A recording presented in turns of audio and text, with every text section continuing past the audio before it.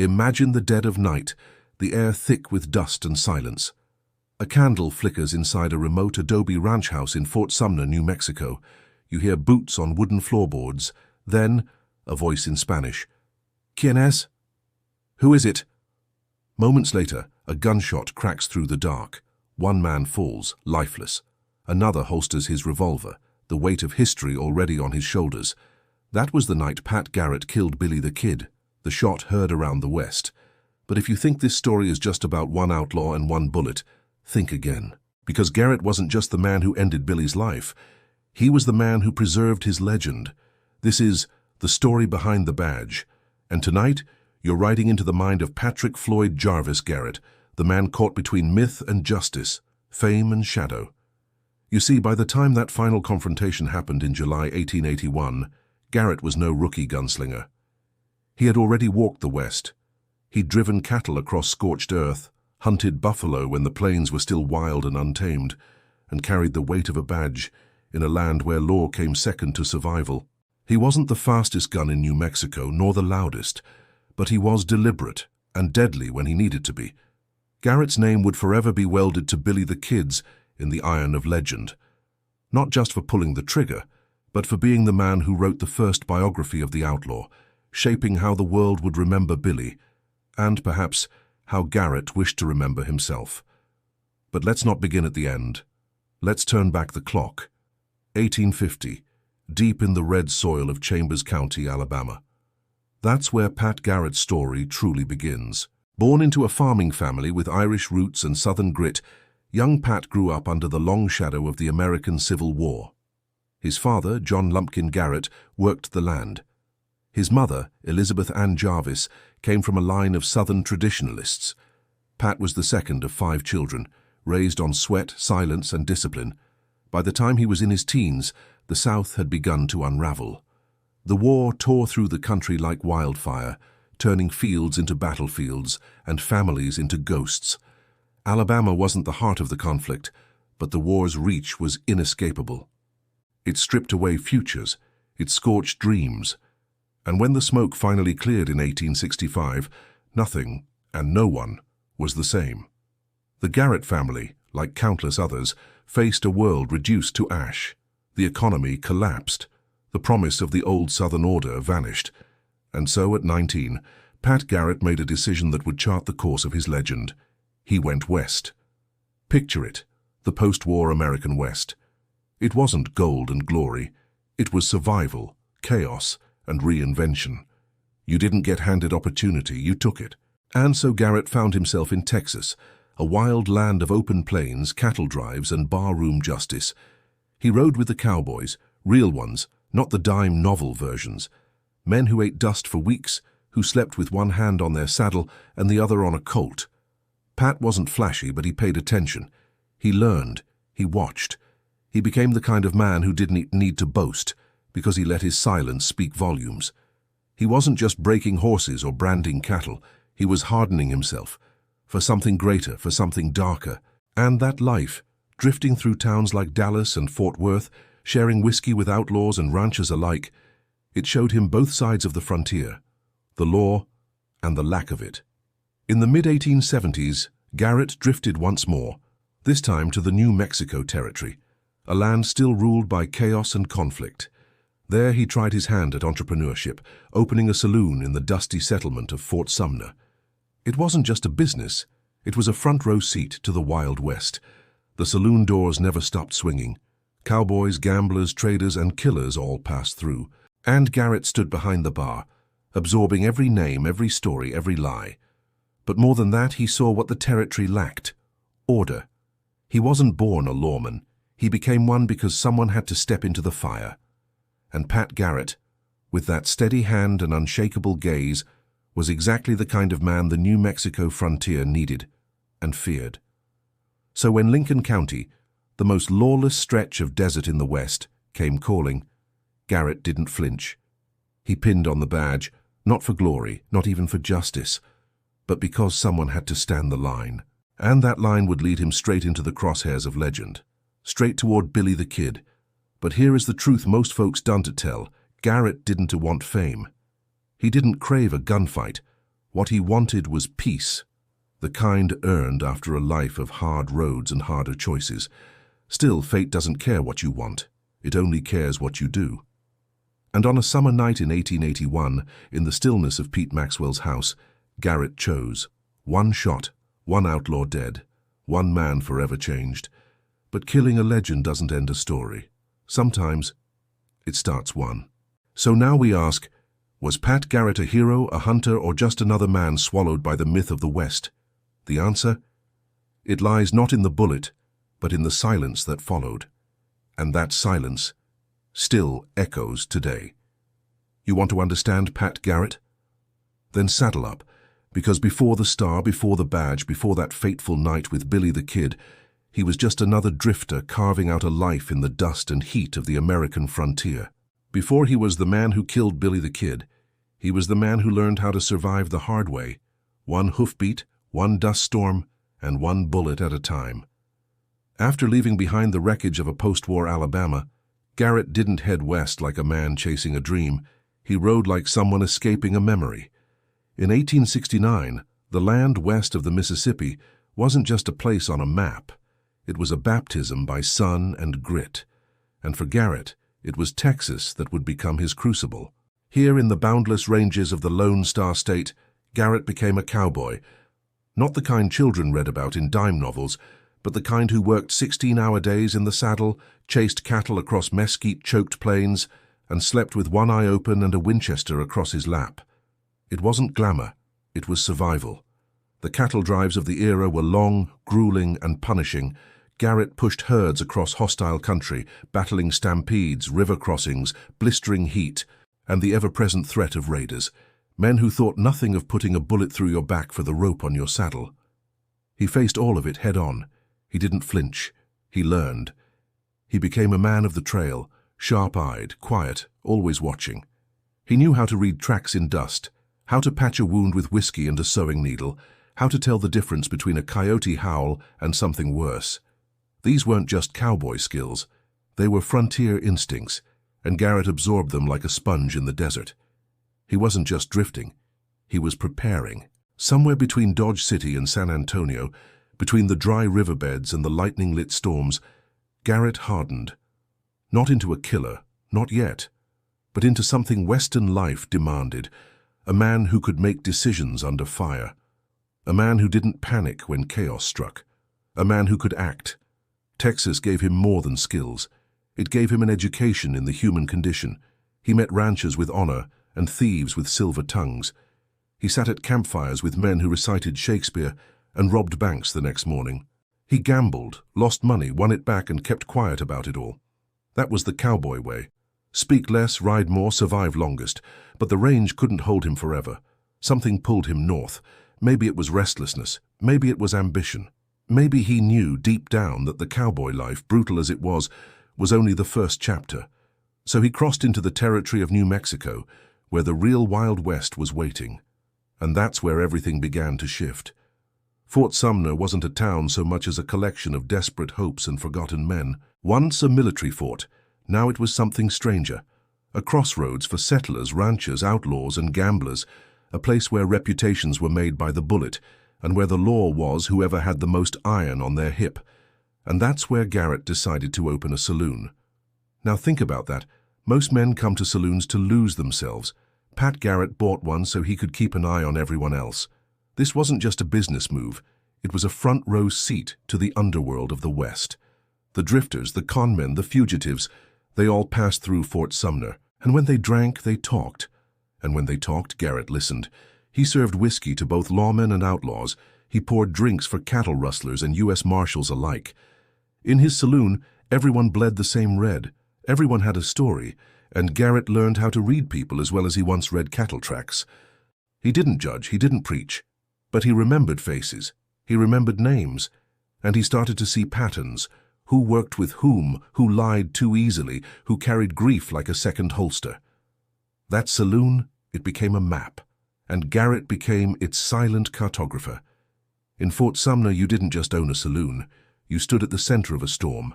By now, Garrett had developed a reputation, not as a killer, but as a man you didn't push.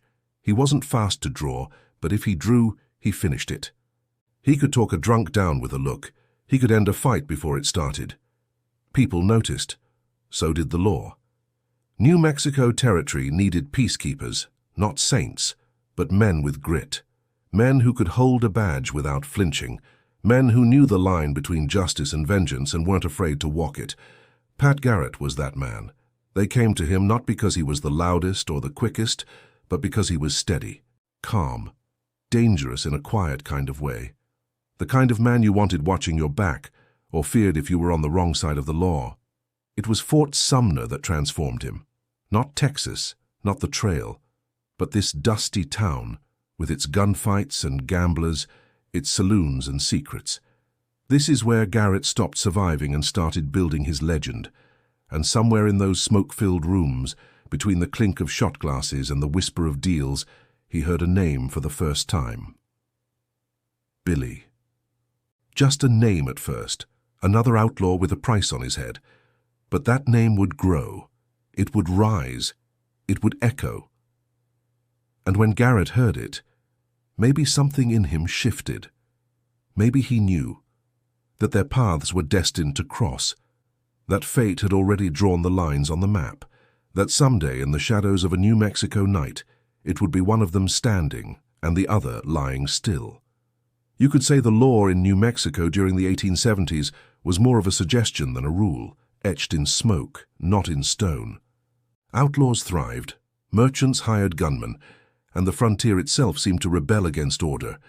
And in the eye of that storm stood a man who would become one of the West's most paradoxical legends. By 1878, Pat Garrett, cowboy, saloon keeper, and quiet observer of a violent world, crossed an invisible line. No longer just another man trying to survive the Wild West, he accepted a badge and became deputy sheriff of Lincoln County, the largest county in the United States at the time. It was a bold decision, bordering on reckless. Lincoln County was not simply a jurisdiction. It was a powder keg soaked in blood, resentment, and ambition. This was not a land governed by courts or order. It was ruled by allegiances, power plays, and hired guns. And when Garrett stepped into his new role, he wasn't stepping into law enforcement. He was stepping into a civil war. The Lincoln County War was no ordinary feud.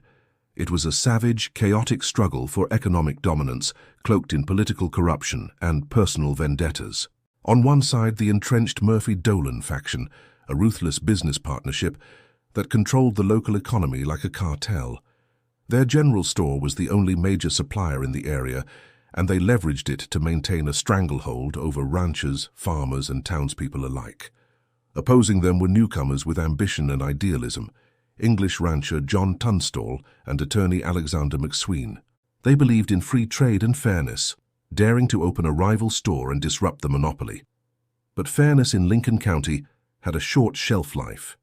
The power struggle quickly escalated into violence. When Tunstall was gunned down in cold blood by men affiliated with the Murphy-Dolan faction, it ignited a wildfire that would engulf the region. His allies, including a young, sharp-eyed outlaw named Billy the Kid, formed a vigilante group known as the Regulators. They weren't there to enforce the law. They were there to avenge it. Garrett, now with a badge on his chest, found himself caught in the whirlwind of this brutal conflict.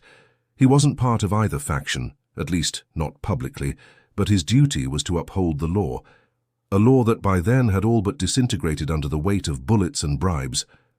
The Regulators retaliated with fierce intensity. They tracked down and executed those involved in Tunstall's murder. What followed was a bloody sequence of ambushes, gunfights, and burning homesteads that turned Lincoln County into a battlefield. Justice became a shifting concept, defined by who had more guns and fewer scruples. In April 1878, the war took a darker turn. Sheriff William Brady, known to favor the Murphy-Dolan faction, was ambushed and killed in broad daylight on the main street of Lincoln by Billy the Kid and the Regulators. It was a defiant act, a declaration that the old order was dead and a new one would be born through fire and vengeance. Pat Garrett, as deputy sheriff, was thrust into the middle of this explosive narrative. He was expected to maintain order where none existed, to track killers when both sides were soaked in guilt. It was not law he was enforcing. It was survival masquerading as justice. His decisions became increasingly grey, dictated by the impossible balance between maintaining peace and avoiding total anarchy. Yet through this chaos, Garrett learned.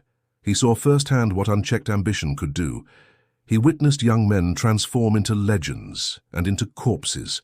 He watched the lines between hero and villain dissolve into dust, and though he rarely took center stage during the actual firefights of the Lincoln County War, his presence during these years was foundational. He studied men like Billy the Kid, not just their crimes, but their charisma, their motives, their myths in the making. Garrett, quiet and calculating, was always watching. He wasn't just enforcing the law, he was learning how legends are built and how they might be brought down. By the time federal troops were called in to suppress the violence and dissolve the warring factions, the damage had already been done. Towns had burned, men had died, and the name Billy the Kid had begun to spread far beyond the borders of New Mexico, carried on telegraph wires and in hushed barroom whispers across the West. And Pat Garrett. He was still standing, scarred, tempered, and more resolute than ever. The chaos of Lincoln County hadn't broken him, it had forged him. But destiny wasn't done with Garrett yet.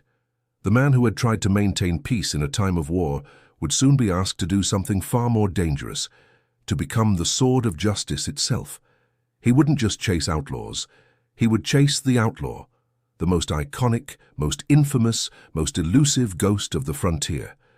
And when that time came, it wouldn't be about law or duty or revenge.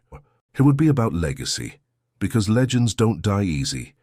And Pat Garrett was about to try. He didn't wear the badge to look heroic, he wore it because someone had to. And in 1880, the people of Lincoln County had seen enough blood to last a lifetime.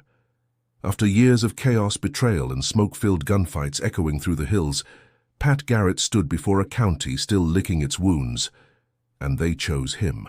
Quiet, steady, and hard as the land itself, Garrett was elected sheriff of Lincoln County with one mission that hung heavier than the star on his chest: bring in Billy the Kid. By then, Billy wasn't just a wanted man, he was a myth in motion, a ghost with a six-shooter, born from the ashes of the Lincoln County War. His legend was whispered from saloon to saloon, each telling more impossible than the last. He'd become a symbol. To some, a folk hero fighting corrupt systems. To others, a cold-blooded killer whose time was up. To Pat Garrett, Billy was something else entirely. Unfinished business. Their paths had danced dangerously close for years. Same dusty towns, same war, same faces. But now Garrett had the law behind him, and Billy had nowhere left to run. So Garrett did what men like him always do. He got to work. He didn't ride in with guns blazing or make wild threats in town squares. No, Garrett was smarter than that. He started slow, methodical, like a hunter tracking a predator. He knew Billy wasn't just hiding in the desert. He was protected by loyalty, by fear, by the very land that had raised him. People admired the kid, sheltered him, lied for him. So Garrett had to think like him. He assembled a team, not just lawmen, but men who understood the terrain, who knew how to ride through Black Canyon nights without lighting a match, who could move as silently as the wind sweeping across the mesas. Among them were names like James Bell, Bob Ollinger, and Barney Mason. Each carried scars, grudges, and a healthy respect for the legend they were about to pursue. And so the hunt began. Billy was no ordinary outlaw. He was fast, both with his gun and with his decisions. He knew every hiding place from the Rio Grande to the Sangre de Cristo Mountains. He had charm, grit, and a sixth sense for danger. He could blend into a crowd one moment and disappear over a ridge the next. He was Houdini with a revolver. Garrett and his posse rode for days, then weeks, through heat that split the earth, through snow that erased every hoofprint. They interrogated townsfolk, leaned on informants, studied campfires like they were clues from God. They followed trails so faint they could have been imagined. Sometimes they'd hear they were only a day behind Billy. Sometimes they found places where he'd just finished a meal. Garrett never let up. He wasn't chasing a man, he was chasing a shadow. And slowly, that shadow started getting shorter. Reports came in. Billy spotted near White Oaks, then Fort Sumner, then gone again. Each clue brought Garrett closer to a confrontation he knew was inevitable. And yet, Deep down, he felt the weight of it. This wasn't just some nameless bandit. Billy was once a boy with a smile, a kid who'd laughed and shot and joked under the same New Mexico sun. Garrett had seen it in his eyes during quieter days. But those days were over. The longer the hunt stretched, the more personal it became. This was a collision course set in motion by history itself, two men shaped by the same war, now circling each other like wolves. The West was watching, and Garrett knew that when the moment came, it would echo far beyond the canyons and saloons. It would write itself into legend. But for now, Billy was still out there, wild, untamed, and moving like lightning on the horizon. And Pat Garrett, he was right behind him. The last chase, Garrett, Billy, and the final gunshot that echoed across history. By the winter of 1880, Pat Garrett had done what many thought impossible. He had captured the most elusive, most infamous outlaw of the New Mexico Territory, Billy the Kid. It happened in Fort Sumner, that strange, half-forgotten outpost on the edge of nowhere. The air was crisp, the kind that crackles with fate, and Garrett moved through the night with the quiet confidence of a man who'd finally cornered the ghost. After weeks of trailing hoofprints through dust and desert, Garrett and his posse surprised Billy and his gang. In the confusion, gunfire erupted and Billy's closest companion, Tom O'Folliard, was shot dead. Billy was taken alive, shackled, disarmed. The myth for a moment was mortal. The arrest sent shockwaves through the West. The Kid, the gunslinger with 21 supposed kills, had been brought down not in a blaze of bullets, but by strategy, persistence, and law. But Billy was never one to stay caged. They locked him in the Lincoln County Courthouse, the very place where he'd once fought, bled, and laughed. They posted guards, heavy and armed, men who knew the tales and carried loaded shotguns just to breathe near him. Yet it wasn't enough. Because in April of 1881, under a sky split with lightning, Billy the Kid did what legends do. He escaped. It was almost too perfect. First, he killed James Bell, a deputy, with a single shot to the back as he tried to flee. Then, as he made his way through the courthouse, he found a shotgun loaded and ready. With it, he waited by the window for Bob Ollinger, another guard, to return. When Ollinger stepped into view, Billy let both barrels roar. Ollinger was blown apart in the street below. The town froze, no one moved.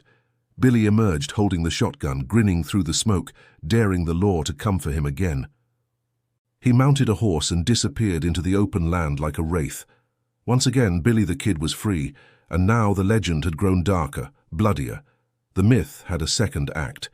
Pat Garrett, meanwhile, was reeling, not just from the escape, but from the public outcry. Some called him careless, others said he'd been played, but Garrett knew this wasn't over. Not yet. He returned to the saddle with grim determination. This time it wasn't about arresting Billy, it was about ending him. Garrett rode longer, harder, faster. He questioned everyone. He rode through towns like a shadow. The lawman who had once tried to capture Billy alive now carried a look in his eye that said he might not try again. The trail led again to Fort Sumner. It was July 1881. The heat was dry, the night moonless. Garrett moved through the town like a ghost.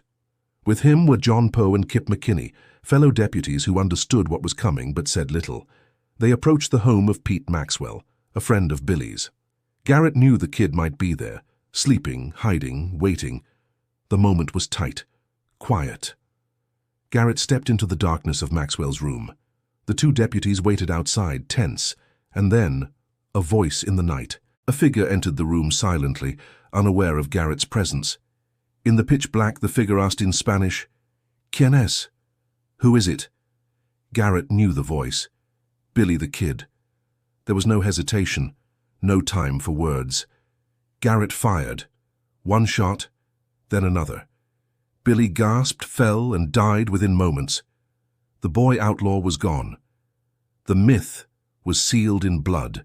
Outside, the deputies rushed in. Garrett stood over the body, revolver still warm. History was being written in real time. The news spread like wildfire across the territories.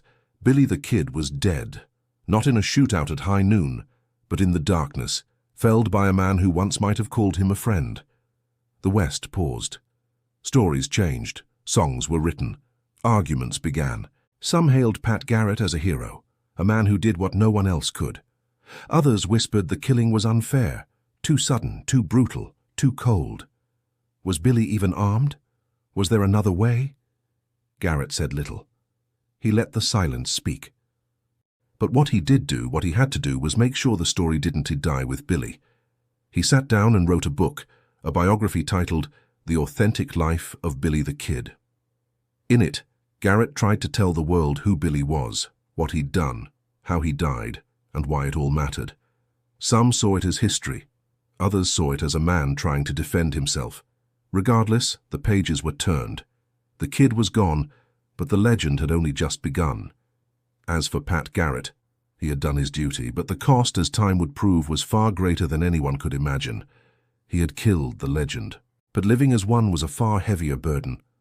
When Pat Garrett pulled the trigger that ended Billy the Kid's life in July 1881, the echo didn't stop at Fort Sumner. It thundered across the American West, down into the pages of newspapers, and straight into the myths being forged in the furnace of frontier folklore. Overnight, Garrett became a national hero, the man who tamed the wildest gun in the West. But the glory that came with it wasn't golden. It was jagged, complicated, short-lived. In the months that followed the killing, Garrett stood tall. He was celebrated in public, sought after for interviews, and for a time rode the wave of national fame. But while America cheered the Outlaws' end, others whispered. People close to Billy claimed the killing had been a setup, an ambush in the dark without honor. Conspiracy theories brewed in every barroom from Santa Fe to St. Louis. Had Garrett known Billy was unarmed? Had he waited like a snake in the shadows? The questions chipped at the edges of Garrett's legend, and he felt it. In an effort to reclaim control over the story spiraling beyond him, Garrett did something few gunmen ever did. He picked up a pen. With the help of journalist Ash Upson, he published The Authentic Life of Billy the Kid in 1882. The book was meant to be a definitive account, both of the Outlaws' exploits and Garrett's own justification. It painted Billy as a killer, Garrett as the reluctant executioner. But the book flopped. It was mocked, doubted, and largely dismissed as self-serving. Garrett's attempt to shape his own legacy backfired. The man who had become famous for upholding the law now found himself fighting for credibility. Worse, his political career sputtered. He lost re-election as sheriff. Voters, once charmed by the frontier lawman, began to see him as outdated or opportunistic. The New Mexico territory was changing. Railroads were replacing riders. Politicians were replacing pistoliers. Garrett, who had thrived in the chaos of the past, struggled in the new order taking root. Desperate to find a new path, Garrett wandered through ventures like a man searching for purpose. He tried ranching, but the land was harsh and dry. He dabbled in mining and lost more than he gained. He bought property, sold it, opened a hotel, closed it. His fortunes rose and fell like the tides of the Pecos River. He had the name, but not the luck.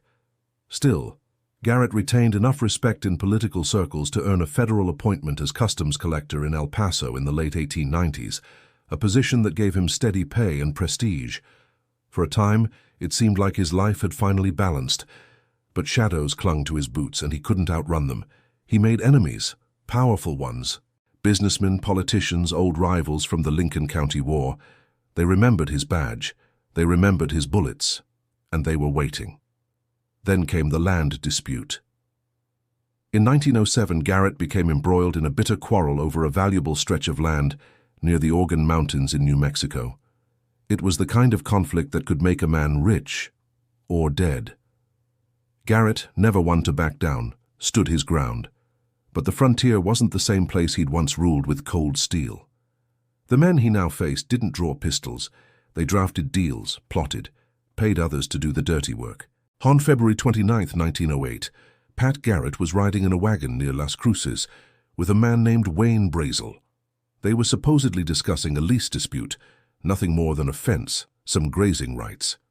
But that night, near the dry, sun-cracked scrubland outside town, gunfire rang out. Garrett was shot and killed. Wayne Brazel claimed self-defense, said Garrett threatened him. A trial was held. Brazel walked free. But almost no one believed it was that simple. Rumors exploded like dynamite. That Brazel had been hired, that Garrett had been silenced, that someone finally pulled the strings on the man who once hunted the West's most wanted. Some said it was revenge for Billy. Others whispered it had nothing to do with Billy at all. The truth: it died on that lonely desert trail with Pat Garrett. He was buried with little fanfare, far from the roar of headlines and the cries of outlaws. His death wasn't a shootout. It wasn't poetic.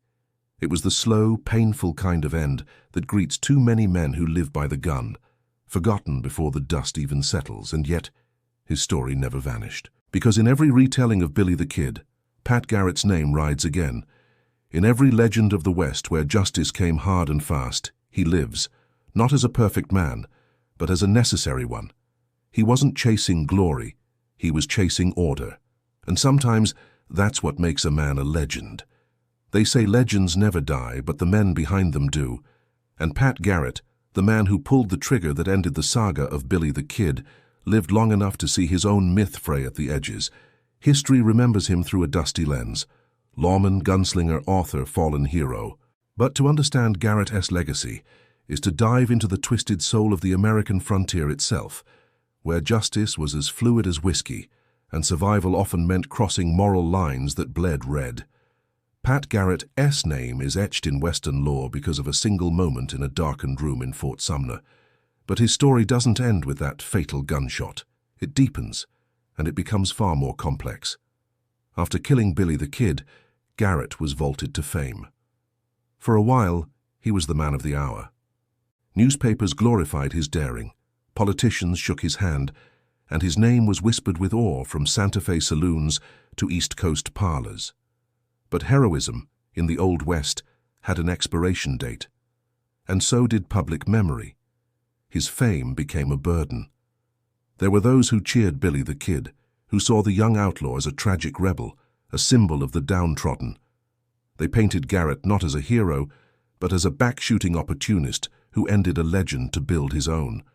Accusations followed him, claims that he had ambushed Billy unfairly, or that Billy hadn't even died that night.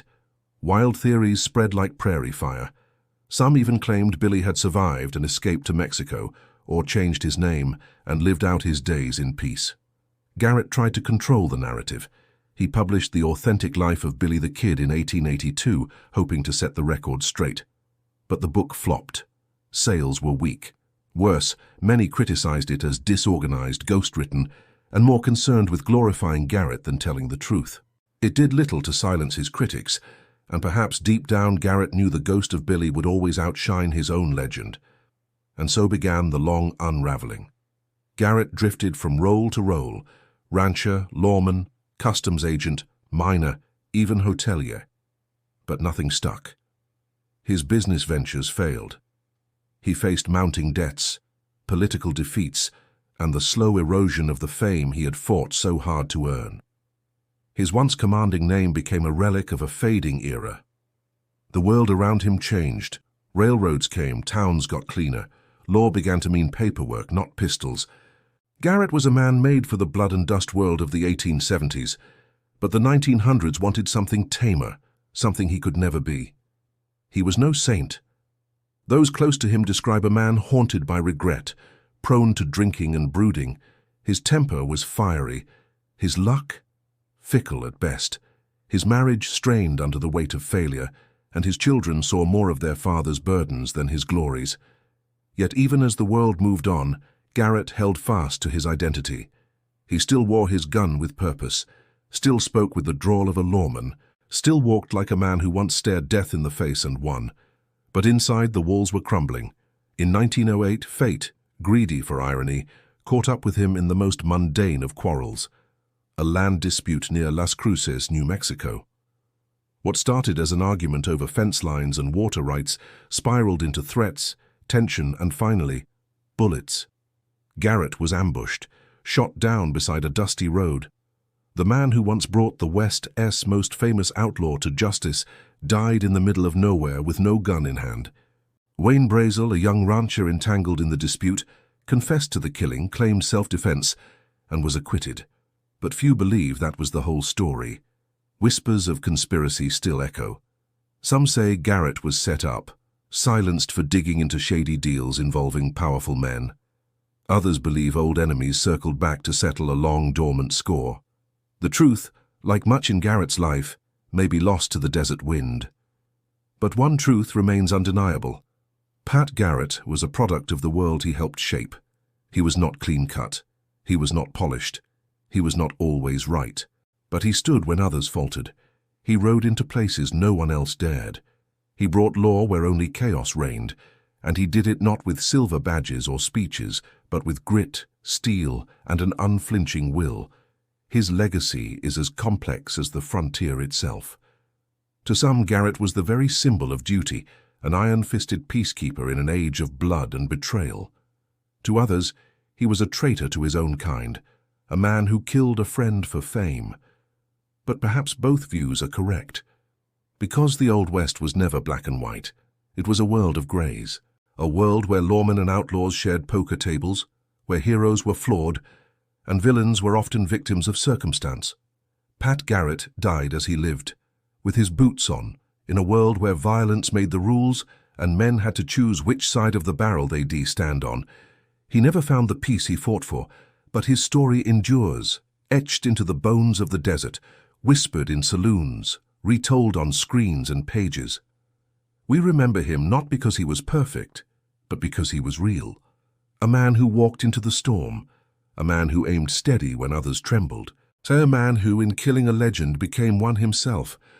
And long after the dust has settled, his story remains, unpolished, unfinished, unforgettable.